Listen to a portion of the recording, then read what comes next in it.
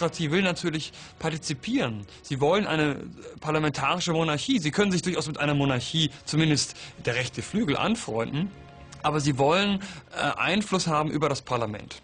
Und genau das wird ihnen verwehrt. Es verharrt in dem alten Zustand des Jahres 1871 und das ist für sie nicht mehr zeitgemäß, nicht mehr akzeptabel. Und dafür finden sie Zuspruch. Millionen schließen sich der SPD und den Gewerkschaften an. Die Sozialdemokratie wird mit den Jahren zur stärksten Kraft im Reichstag. Innenpolitisch droht dem Kaiserreich damit die Spaltung. Nationale Monumente wie das Kyffhäuser-Denkmal zeugen vom Bemühen, die Einheit Deutschlands zu beschwören und das Kaiserreich zu festigen. Mit einer kraftvollen Weltpolitik will man von inneren Spannungen ablenken. Der Kaiser wählt dabei nicht den Weg der Diplomatie. Forsch will er auftreten in aller Welt. Im Sommer 1900 kommt es in China zum sogenannten Boxeraufstand gegen die westlichen Kolonialherren. Als auch der deutsche Gesandte in Peking ermordet wird, will Wilhelm den Europäern zeigen, wie man sich Respekt verschafft. Beim Abschied deutscher Truppen, die den Aufstand niederschlagen helfen sollen, fordert er seine Soldaten zu brutalem Vorgehen auf. Die sogenannte Hunnenrede wird in die Geschichte eingehen. Und kommt ihr vor den Feind, so wird derselbe geschlagen. Pardon wird nicht gegeben. Gefangene werden nicht gemacht. Wie vor 1000 Jahren die Hunnen unter ihrem König Etzel sich einen Namen gemacht, so möge der Name Deutscher in China in einer solchen Weise bekannt werden, dass es niemals wieder ein Chinese wagt, einen Deutschen auch nur scheel anzusehen. Die Reichsregierung kann nicht verhindern, dass die Worte des Kaisers um den Erdball dröhnen. Die Soldaten scheinen ihn beim Wort zu nehmen. Aber auch die Truppen anderer Mächte gehen brutal gegen die Boxer vor. Doch Wilhelms Rede prägt das Bild der Deutschen in der Welt.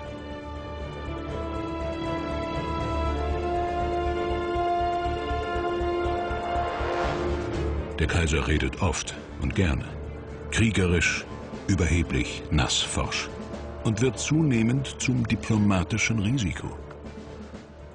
Und wer uns zu nahe tritt, der beißt auf Granit. Es war eine Zeit der ungeheuer männlichen Kraftsprüche, hinter denen gar nicht so viel böse Absichten standen. Aber diese Kampfmetaphern sind natürlich überall.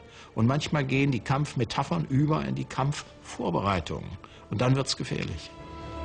In Berlin regt sich bald parteiübergreifend Kritik am persönlichen Regiment des Kaisers. Im Reichstag sind die Sozialdemokraten seit 1912 die stärkste Fraktion. Der Abgeordnete Philipp Scheidemann wettert gegen die Großmannssucht des Kaisers. Haben Milliarden über Milliarden ausgegeben für unsere Flotte. Ungeheure Summen für unser Heer. Und was war das Ergebnis der deutschen Weltpolitik?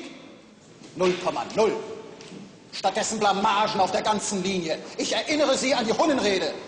Was glauben Sie denn, wie das im Ausland ankommt, wenn bei uns unausgesetzt Kriegsgelüste propagiert werden? Ich sage, Schluss mit dieser Politik der gesträubten Schnurrbartspitzen. Was wir brauchen, sind Bündnisse mit England und Frankreich, nicht Konfrontation. Doch das Ringen um den Platz an der Sonne wirft längst Schatten auf Europa. Das Machtgefüge auf dem Kontinent hat sich verändert. England hat Allianzen mit Frankreich und Russland gebildet. Deutschland gerät zwischen zwei Fronten. Ein Bündnis mit England könnte sie aufbrechen.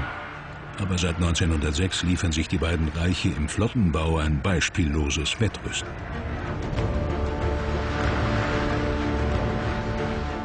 Im August 1908 treffen sich Wilhelm und der britische König zu Gesprächen im Schloss Friedrichshof bei Kronberg. Viel erhofft sich Edward VII. Nicht von dieser familiären Begegnung. Herein! Seine Majestät, König Edward VII. Uncle Bertie, I'm so pleased to see you. Really good to see you too. Du kennst ja schon länger meinen Unterstaatssekretär. Sir Charles Harding.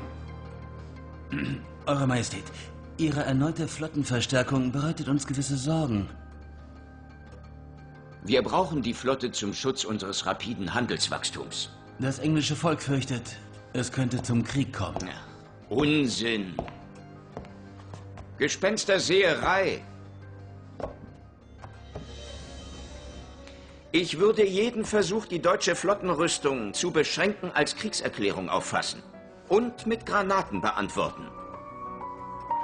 Der Kurs des Kaisers führt dazu, dass Deutschland nur noch Österreich-Ungarn als sicheren Bündnispartner hat. Schon spricht man in Europa von einem großen Kräftemessen und meint damit den Krieg.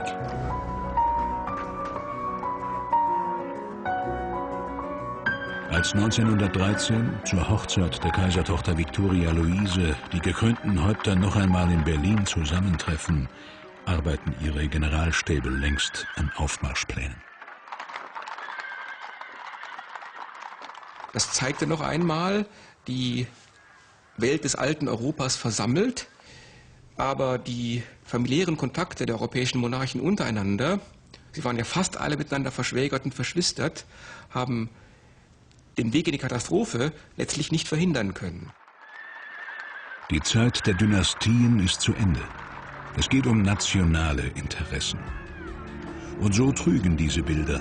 Denn längst denken deutsche Militärs darüber nach, wie das Reich einen möglichen Zwei-Fronten-Krieg bestehen kann. Und sie wollen im Konfliktfall anderen zuvorkommen, Frankreich rasch bezwingen, um sich dann mit allen Kräften Russland zuzuwenden. Doch wie nah ist der Krieg?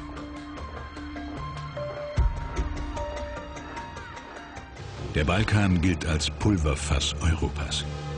Die bosnischen Serben wollen sich aus dem Habsburger Reich herauslösen und stellen damit die Donaumonarchie in Frage. Am 28. Juni 1914 erschießt ein serbischer Nationalist in Sarajevo den österreichischen Thronfolger Franz Ferdinand und seine Frau. Das Attentat kommt manchen Scharfmachern in Wien und auch Berlin gelegen. Trotz der Gefahr, Russland, den Bündnispartner Serbiens, gegen sich aufzubringen, will Österreich mit den Serben abrechnen, seine Vorherrschaft auf dem Balkan sichern und baut dabei auf die Treue des deutschen Bündnispartners. Kaiser Wilhelm gibt sich zunächst angriffslustig. Als sein Botschafter in Wien zur Mäßigung rät, kommentiert er zornig: Mit den Serben muss abgerechnet werden. Jetzt oder nie. 5. Juli 1914. Österreichs Kaiser Franz Josef schickt einen Gesandten zu Wilhelm II. Wien will Krieg gegen Serbien und bittet um Rückendeckung aus Berlin. Im neuen Palais stellen Kaiser und Kanzler einen Blankoscheck aus. Deutschland wird Österreich im Krieg zur Seite stehen.